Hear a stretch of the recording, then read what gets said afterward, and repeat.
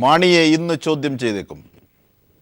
വാർത്തകളിലേക്ക്. മാണിക്കെതിരായ ബാർ കോഴക്കേസിൽ ബാർ ഹോട്ടൽ മാനേജ്മെന്റ് അസോസിയേഷൻ നേതാക്കളുടെ ഒളിച്ചുകളി പൊളിക്കാൻ പുതിയ കർമ്മ പദ്ധതിയുമായി വിജിലൻസ്.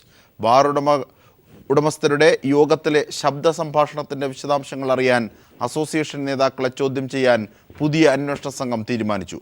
കഴിഞ്ഞ 2 പ്രാവശ്യം വിജിലൻസിൻ്റെ അപേക്ഷ നിരസിച്ച ഇവരെ വേണ്ടി വന്നാൽ കസ്റ്റഡിയിലെടുക്കാനും വിജിലൻസിൽ ആലോചന.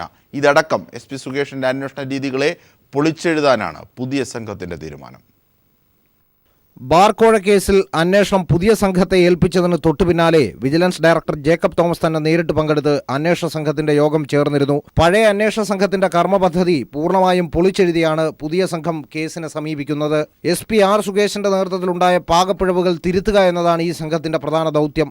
സംസ്ഥാനത്തെ വിവിധ ബാർ ഉടമകളിൽ നിന്നും പണം പിരിച്ച ശേഷം KM മാണിക്ക് 3 തവണകളായി പണം കൈമാറി എന്നതാണ് പ്രധാന ആരോപണം. മൂന്നാമത്തെ കൈമാറ്റത്തിന് കൃത്യമായ ശാസ്ത്രീയ തെളിവും ദൃക്സാക്ഷിമൊഴിയും വിജിലൻസിന് കൂട്ടായുണ്ട്.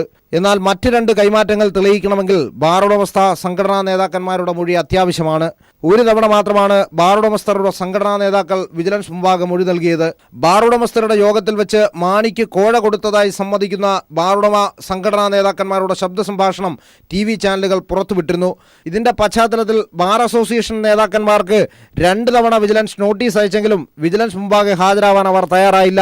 അന്നത്തെ UDF സർക്കാരിന്റെ മൗനാനുവാദമാണ് വിജിലൻസിനെ ധിക്കരിക്കാൻ പ്രേരിപ്പിച്ചതെങ്കിൽ ഭരണം മാറിയതോടെ ബാർ ഉടമസ്ഥരും പേടിയിലാണ്. ബാർ ഉടമസ്ഥ സംഘടനാ ഭാരവാഹികളായ രാജ്കുമാർ ഉണ്ണി, പോളക്കുളം കൃഷ്ണദാസ്, MD ധനേഷ് എന്നിവർക്ക് വിജിലൻസ് കോടതി വഴി ചോദ്യം ചെയ്യലിന് ഹാജരാവാൻ ആവശ്യപ്പെട്ടുകൊണ്ടുള്ള സമൻസ് അയക്കാനാണ് വിജിലൻസിന്റെ തീരുമാനം.